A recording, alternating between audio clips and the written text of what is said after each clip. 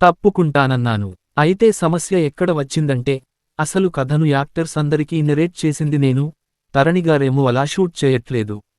ఆ మార్పులకు కారణం చెప్పడు. దీంతో అందరూ అసౌకర్యంగా ఫీలయ్యేవాళ్లు. ఈలోగా కలెక్టర్ గారి అబ్బాయి విడుదలై హిట్ అయింది. నాగార్జున ఫామ్లోకి వచ్చాడు. ఇప్పుడు నాకు దర్శకుడుగా ఛాన్స్ ఇచ్చే రిస్క్ తీసుకోగలడు. కానీ ఏఎన్నార్ గారు తిరస్కరించారు. రాము ఏదో ఇంగ్లీష్ మాట్లాడతాడు కాబట్టి, ఇంగ్లీష్ నవలల నుంచి కోట్ చేసి చెబుతుంటాడు కాబట్టి, అతడు దర్శకత్వం కూడా చెయ్యగలడనుకోవడం మీనింగ్స్ అన్నారు. నాగార్జున హెల్ప్లెస్. ఇదిలా ఉండగా రావుగారిల్లులో ఏఎన్నార్ గారితో ఓ ముఖ్యమైన సీన్ షూట్ చేస్తున్నారు తరణి. ఆ సీన్ గురించి ఏఎన్నార్ గారికి ఒక సందేహం వచ్చింది. దానికి తరణి జవాబివ్వలేకపోయారు. తప్పించుకోవడానికి ఆ ఐడియా నేను చెప్పాను కాబట్టి, సురేంద్రగారు దాన్ని ఒప్పుకున్నారు కాబట్టి బలవంతంగా షూట్ చేస్తున్నాను అన్నారు. ఏఎన్నార్ గారు నన్ను పిలిపించారు. ఆ సీన్ ఎంత చెత్తగా ఉందో అని ఆయన ఏదో అనబోయారు. నేను ఆ సీన్ ఏమిటో, అది ఎలా షూట్ చేయాలో మొత్తం వివరించాను. నా వివరణ ఆయనకు చాలా నచ్చి, ఆయనకు తరణి తప్పుగా తీస్తున్నారని అర్థమైంది. అంతేకాదు, అసలు ఆ సీన్లోని పాయింట్ ఏమిటో కూడా తరణికి అర్థం కాలేదని ఆయనకు అర్థమైంది. దాంతో అది పూర్తయ్యేంతవరకు నన్ను అక్కడే ఉండమన్నారు. ఇంకా చెప్పాలంటే, నా మీద మంచి ఇంప్రెషన్ వచ్చి నాగార్జునకి, నాకు బ్రేకు ఇచ్చే విషయంలో గ్రీన్ సిగ్నల్ ఇచ్చారు. నాగార్జున ఎలాగూ నా మీద పాజిటివ్గానే ఉన్నాడు.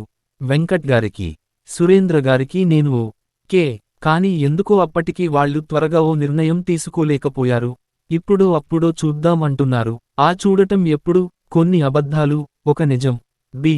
గోపాల్ గారితో విజయ్ అని ఓ సినిమా ప్లాన్ చేస్తున్నామన్నారు.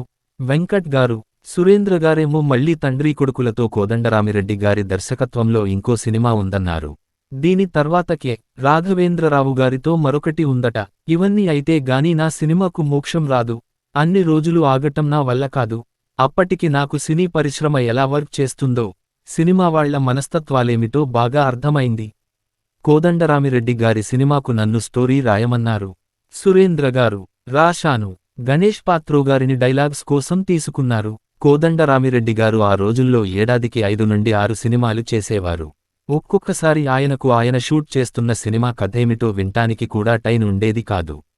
నేను చెప్పిన కథ కోదండరామిరెడ్డి గారికి, గణేశ పాత్రోగారికి ఇద్దరికీ నచ్చింది. దీన్నే ఏఎన్నార్ వికి నెరేట్ చేయడానికి పాత్రోగారిని హైదరాబాద్ పంపాలనుకున్నారు సురేంద్రగారు.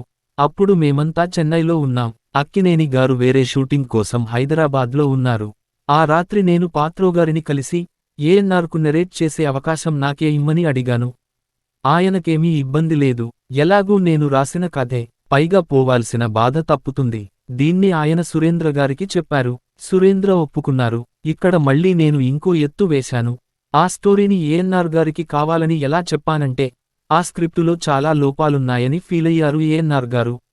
నాకు కావలసింది అదే. ఆయన పాత్రోగారితో, సురేంద్రగారితో ఫోన్లో మాట్లాడి, ఈ స్టోరీ వర్కౌట్ కాదన్నారు. వాళ్లకు విషయానికి ఏమిటో అర్థం కాలేదు గాని ఏదో తేడా జరిగిందని, నేను చెన్నై తిరిగి రావటం కోసం ఎదురు చూశారు.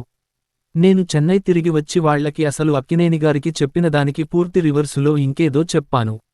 వాళ్లు మరింత కన్ఫ్యూజ్ అయ్యారు. నా ధీమా ఏమిటంటే, కోదండరామిరెడ్డిగారికి ఎలాగూ కథని సరిచేసే టైం ఉండదు. పాత్రోగారి చేతిలో 10 సినిమాలున్నాయి. పైగా ఆయన డైలాగ్ రైటర్ మాత్రమే. మొత్తానికి ఎలాంటి పరిస్థితి వచ్చిందంటే, ఇప్పుడు చేతిలో స్క్రిప్టేమీ లేదు. నాగార్జున డేట్స్ ఊరికే వేస్ట్ అయ్యేట్టున్నాయి.